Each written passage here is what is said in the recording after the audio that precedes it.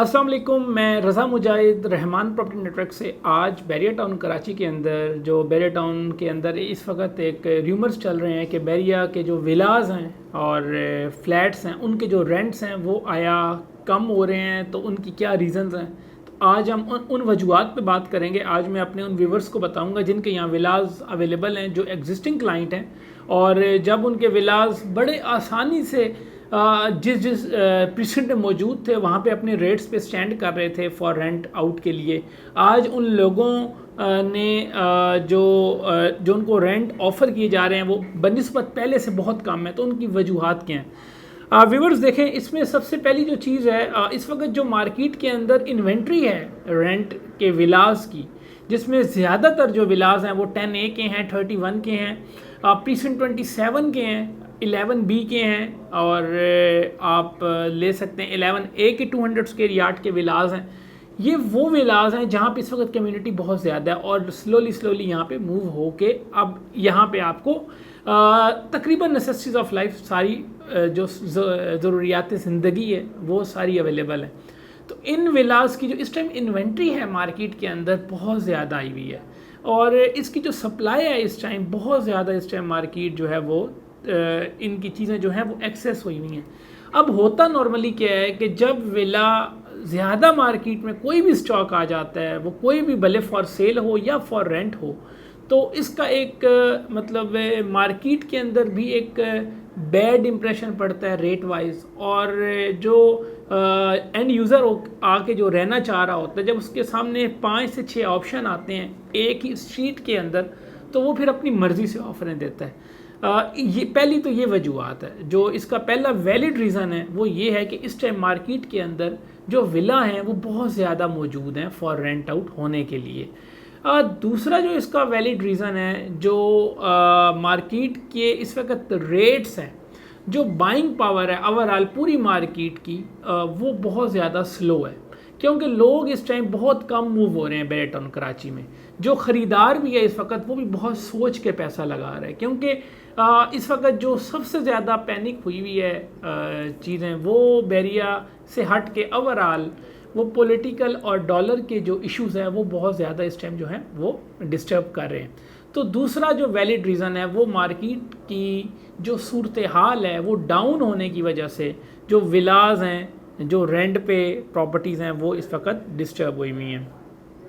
और थर्ड जो है वो उसका रीज़न बैरिया के अंदर इनके रेंट्स कम होने का, कि जो बैरिया के अंदर जो आवाम रह रही है, जो कम्युनिटी रह रही है, वो इस टाइम बैरिया को बाय बाय करके वापस कराची सिटी जा रही है।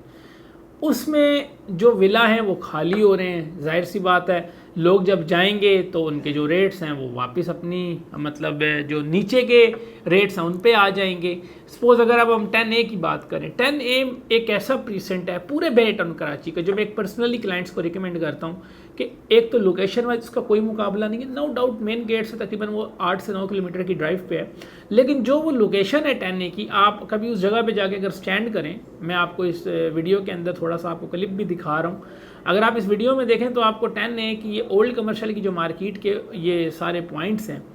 इसके सामने आपको कराची पूरा का पूरा नीचे नज़र आएगा। ये पूरे बैरिया टाउन कराची की सबसे हाइटेड लोकेशन है जो 10A की है। अब इसके अंदर बैरिया के बहुत सारे जो क्लाइंट्स हैं वो भी रह रहे हैं, और साथ में बहुत सारे लोग पिछले 6 महीने मूव हुए हैं इस जगह पे। तो मूव होने की वजह से इसका जो रेंट था 60,000 तक भी गया है 10A का, जो आज बमुश्किल 45,000 रुपये भी विला रेंट पे चढ़ता है। बमुश्किल मतलब 45, 46, 47 हज़ार तक इस वक्त रेंट पे बहुत आसानी से 10A में विला मिल जाता है। अब उसका रीज़न यही है कि जो 10 से 15 हज़ार रुपये का फ़र्क आया है वो इसी वजह से आया है कि आप यहाँ से मूव हो चुके हैं सिटी साइड पे, और जहाँ पे एक स्ट्रीट में 10 फैमिलीज़ थी वहाँ पे गिन चुन के 4 से 6 जो फैमिलीज़ हैं वो रह चुकी हैं।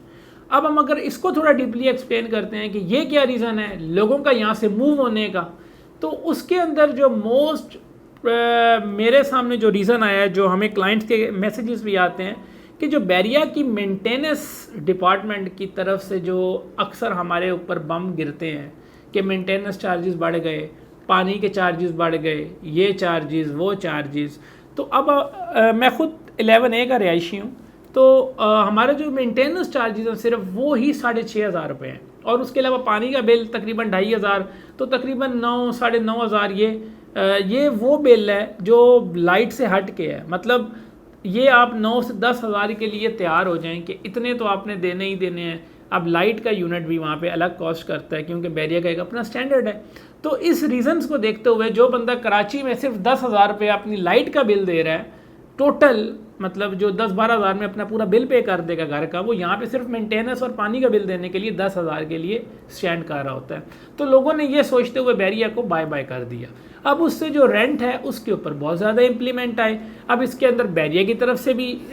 जैसे आपको पता है बैरिया ने एक अपना स्टैंडर्ड मेंटेन किया हुआ है। आपका कूड़ा किड़कट, घर के बाहर का रोड सफाई, जिस तरह अभी ये हालिया बारिशें हुई हैं पिछले 1 महीने से और स्टिल हो रही हैं, और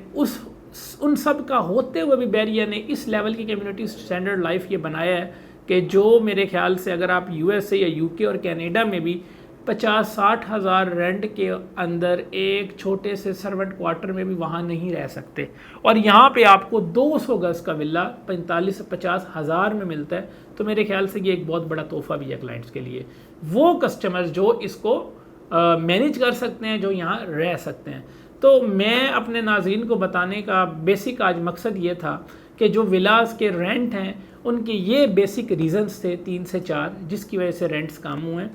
इंशाल्लाह things will be better in future. जैसे ही चीज़ें थोड़ी सी सेट होंगी, मार्केट बेहतर होगी, लोग दोबारा बैरिया की तरफ मूव करेंगे, और बैरिया हमेशा अपनी एक रीत जो है वो उसको मेंटेन रखता है और अपने एक स्टैंडर्ड को मेंटेन रखता है अल्हम्दुलिल्लाह से। इसलिए 8 से 9 साल के अंदर ये बैरिया जब 2013 में एक जस्ट डॉक्यूमेंटेशन ऑफ पेपर पे आया था, आज यहाँ पे लोग दुनिया में इसको याद करते हैं कि कोई बैरिया टाउन कराची सिंध के अंदर एक सोसाइटी बनाई गई है, और इसका आज भी वहाँ पे एक नाम लिया जाता है। और अरबों रुपए लोगों के दुनिया के ओवरसीज़ पाकिस्तानी की हमेशा मिसाल देता हूँ, हमारा एक बहुत अहम एहसास है, उन लोगों के पैसे यहाँ पे लगे हुए हैं। तो इंशाल्लाह जिनके विलास यहाँ अवेलेबल हैं वो थोड़ी सी होल्डिंग पावर रखें, चीज़ें बेहतर होंगी। और अगर कोई विला के हवाले से कोई इन्फॉर्मेशन लेना चाह रहा है, T2 से लेके %35 तक किसी भी किस्म की इंक्वायरी के लिए आप मुझे नीचे दिए गए नंबर पर कॉन्टैक्ट भी कर सकते हैं। Thank you so much.